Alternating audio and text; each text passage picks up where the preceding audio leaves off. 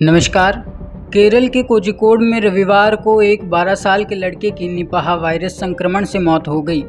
इस घटना के बाद स्वास्थ्य विभाग हाई अलर्ट पर है और लोगों से सावधानी बरतने को कह रहा है।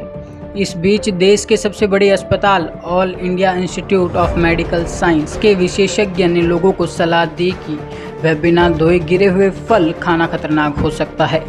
एम्स में मेडिसिन विभाग के प्रोफेसर डॉक्टर आशुतोष बिश्वास ने कहा कि निपाह वायरस जानवरों से मनुष्यों में आने के बाद और संक्रमण होता है। निपाह वायरस फ्रूट बैट से सबसे ज़्यादा फैलता है।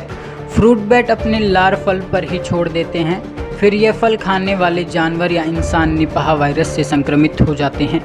हमारे पास इस बीमारी का कोई विशेष इलाज नहीं है, इसलिए हमें यह समझना होगा कि यह बहुत ही गंभीर बीमारी है।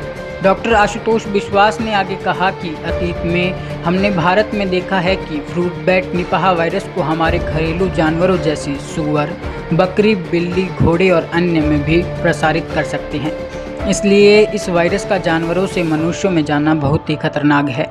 इसे हम स्पिल ओवर कहते हैं। डॉक्टर आशुतोष बिश्वास ने कहा कि एक बार जब यह वायरस मानव परिसंचरण में आता है तो यह मानव से मानव में संचरित होना शुरू हो जाता है और संचरण इतना तेज़ होता है कि यह फैल जाता है।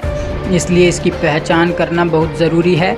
उन्होंने कहा, गिरे हुए फलों को धोए बिना खाना बहुत खतरनाक है।